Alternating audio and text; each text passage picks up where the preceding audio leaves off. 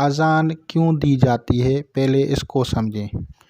اذان دینے سے شیاطین بھاگ جاتے ہیں، جہاں پہ اللہ کا نام لیا جائے گا تو شیاطین بھاگ جاتے ہیں، اذان سے شیاطین بھاگ جاتے ہیں۔ اور اذان جو ہے ایک اطلاع ہے جمع ہونے کے لیے، اور جمع کون ہوں گے؟ صالحین ارواح یا نیکوکاروں کو۔ آپ جب مسجد میں جاتے ہیں، جب اذان ہوتی ہے تو آپ کہاں جاتے ہیں؟ مسجد میں جاتے ہیں۔ کیوں جاتے ہیں؟ تو تاکہ آپ وہاں پہ عبادت ہو سکے اور آپ وہاں پہ اکٹھے ہو کر اللہ تعالیٰ کی عبادت کریں۔ اسی وجہ سے اگر کہیں پہ بھی اذان دی جاتی ہے تو وہاں سے برائی، شیاطین، مصیبتیں بھاگ جاتی ہیں۔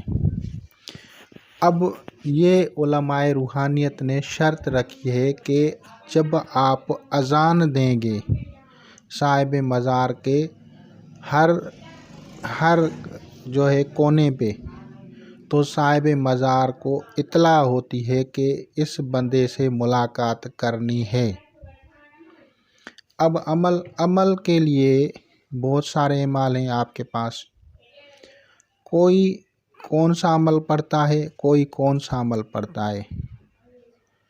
اب اس کے لیے مشہور عمل سورہ مزمل شریف ہے، جس کے پڑھنے سے صاحب مزار ملاقات کرتا ہے، دیدار کراتا ہے۔ وہ کیفیت کیسی ہوگی، کس طرح سے آپ کو دیدار ہوگا؟ کھلی آنکھوں سے بھی ہو سکتا ہے آپ کے جسم پہ بوجھ ہو جائے، جیسے آپ کو تھکاوٹ ہو، نیند آ رہی ہو، تو آپ کو وہیں پہ ہی ٹیک لگا کے نیند کر لیں یا وہیں پہ ہی سو جائیں۔ جیسے ہی آپ سو جائیں گے تو عالم رویا میں آپ سے وہ بزرگ بات کریں گے، عالم خواب میں یعنی خواب کی حالت میں آپ سے وہ ولی اللہ آپ سے آپ کے سوالات کا جواب دے گا، جن سوالات کو آپ اپنے دل میں سوچتے ہیں کہ مجھے یہ چیزیں معلوم کرنی ہیں، اور ان کا حل اگر آپ حل کہیں گے تو حل بھی بتا دے گا۔ یعنی جتنا آپ سوال رکھیں گے اتنا تک وہ بتائے گا۔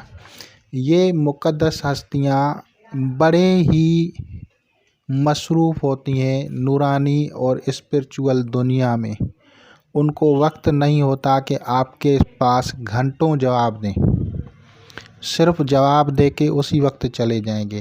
میں بھی 1 منٹ 2 منٹ 3 منٹ 5 منٹ میں کہہ رہا ہوں، اس سے زیادہ ٹائم نہیں لیتے، ان کو وقت نہیں ہوتا۔ وہ اپنے محبوب کے پاس رہتے ہیں جو ان کا محبوب ہے۔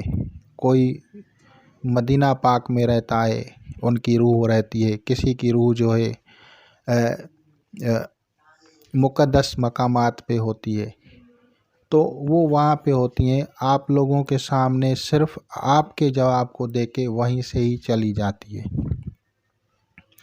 اب یہ ہو گیا۔ اب اس میں ایک احتمال ہوتا ہے کہ ہو سکتا ہے کوئی شیطان صورت بدل کے کسی بزرگ یا ولی کی صورت لے کے آپ کے سامنے آ جائے، تو آپ کیا کریں گے؟ کون سا آپ کو احتیاط ہے؟ تو اس کے لیے جو ہے سب سے پہلے اولیاء کرام نے، بزرگان دین نے وہ کلمات بتائے ہیں جو کہ کلمات احادیث اور سے مروی ہیں، جیسے لا حول ولا قوت الا باللہ العلی العظیم، اس کا وہاں پہ تذکرہ ہے۔ لا حول ولا قوت الا باللہ العلی العظیم پڑھ لیتا ہے پہلے ہی عامل جو سوال پوچھنے جاتا ہے، وہ پہلے ہی لا حول ولا قوت الا باللہ العلی العظیم پڑھتا ہے اور کلمہ طیبہ کا ورد کرتا ہے۔ اس سے شیاطین اس کے نزدیک نہیں آتے، پھر سورہ مزمل کو شروع کر دیتا ہے۔ ان اعمال میں سب سے پہلے حصار کر لینا لازمی ہے۔ حصار قادریہ میں درود شریف ہے، سورہ فاتحہ ہے، آیت الکرسی ہے، سورہ یاسین اگر آپ کو یاد ہے تو، یا جتنا یاد ہو، اور 4 کل، اور پھر درود شریف۔ یہ آپ کا حصار ہو گیا۔ اب آپ کو کوئی بھی چیز آپ کو تکلیف نہیں دے گی۔ اب آپ کو وہ سوال جو کہ سوالات آپ کو بقید شریعت ہوں، وہ آپ اس ولی، اس فقیر، اس اللہ کے نیک بندے کی روح سے پوچھ سکتے ہیں۔ وہ آپ کو سوالات کا جواب دے گا، آپ کے مسائل کو حل کرے گا یا کوئی راستہ بتائے گا۔ یہ نہیں ہے کہ وہ آپ کا لازماً سوال حل کرے، ہو سکتا ہے آپ کے مسئلے کا حل کسی اور ولی اللہ کے پاس ہو، کسی اور بندے یا فقیر کے پاس ہو، تو پھر آپ کو اس بندے یا فقیر یا اس ولی اللہ کی مزار پہ جا کے فاتحہ خوانی کرنی ہوتی ہے تاکہ وہاں سے آپ کا مسئلہ حل ہو۔ اب یہ ایک طریقہ میں نے آپ لوگوں کے سامنے شیئر کر دیا ہے۔ میں نے آپ کو اس کی کلید بھی بتا دی ہے کہ اذان کیوں دی جاتی ہے، اور میں نے آپ کو وہ چیزیں بھی بتائی ہیں جس سے لوگوں کو گمراہی ہو سکتی ہے اور اس سے بچا کیسے جاتا ہے۔ بچنے کے لیے آپ کو لا حول ولا قوت الا باللہ العلی العظیم پڑھنی ہے، پھر آپ کو بیٹھنا ہے۔ جیسے ہی آپ بیٹھیں گے تو آپ کا جسم بھاری ہونا شروع ہو جائے گا۔ جب جسم بھاری ہو، جیسے آپ کو نیند آ رہی ہو، جیسے بخار میں وزن ہوتا ہے جسم پہ، ایسی کیفیت ہو تو آپ کو سمجھ لینا چاہیے کہ اب آپ کو نیند کی کیفیت کرنی ہے۔ جیسے ہی آپ لیٹیں گے تو آپ کو ایکوریٹ سوالات کے جوابات بتائے جائیں گے۔ ہو سکتا ہے آپ کے سامنے نظر بھی آ جائے، سامنے ایسا بھی ہوتا ہے، اور ایسا بھی ہوتا ہے کہ خواب میں نظر آ جائے۔ اب دونوں صورتیں ہیں، یعنی آپ کے سوالات کا آپ کو جواب ملے گا۔ یہ ایک طریقہ ہوتا ہے اولیاء کرام کی مزارات سے مستفیض ہونے کا۔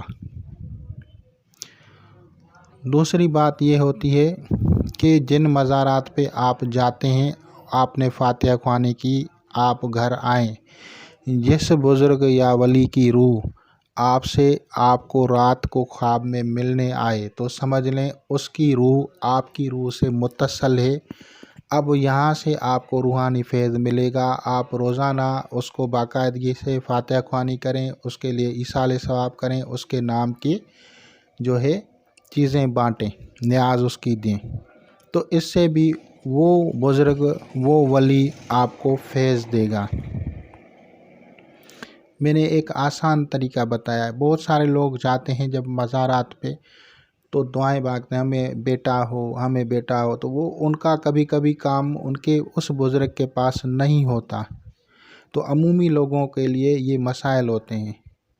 تو اس طرح سے نہیں کرنا چاہیے، بلکہ جس بزرگ سے آپ کا کام ہو اس بزرگ کے پاس جائیں، اس کو کہیں کہ اے اللہ، اس بزرگ کے وسیلہ یا صدقہ سے ہمیں اولاد سے جو ہے عطا فرمائیں، تو اس سے اللہ تعالیٰ فضل کرم کر دیتا ہے، جس سے آپ کو اولاد ہو جائے گی۔ اور پھر اگر آپ اپنی طرف سے یہ کہیں کہ اگر یہاں پہ مجھے بیٹا ہوا تو میں اللہ تعالیٰ کے نام پہ اتنی دیگیں اس بزرگ کے مزار پہ آ کے کھلا دوں گا یا لوگوں کو کھلاؤں گا، تو یہ اس طرح سے کیا جا سکتا ہے۔ اسی طرح سے اب یہ سورہ مزمل آپ لوگوں کے سامنے ہے۔ سورہ مزمل بھی کوئی عام عمل نہیں ہے، بہت بڑا عمل ہے، بہت بڑی اس میں ولایت ہے، اور اس کے علاوہ دیگر اعمال بھی ہیں۔ دیگر اعمال جو ہیں وہ اگر میری آپ لوگوں نے ویڈیوز دیکھی ہیں تو آپ لوگوں کو پتہ ہونا چاہیے کہ میں نے یا سلام پہ ویڈیوز بنائی ہیں، سلام قولاً من رب رحیم پہ بنائی ہیں، تو یہ سلام جو ہے اس پہ بھی، اس سے بھی کشف کھلتا ہے، اس سے بھی مزارات یا صاحب مزارات سے گفتگو ہو سکتی ہے، کیونکہ دنیا کی ادھی گدیاں جو ہیں وہ اسی سے چلتی ہیں۔ تو انشاءاللہ تعالیٰ العزیز آپ لوگ اس سے استفادہ کریں گے۔ خدا حافظ۔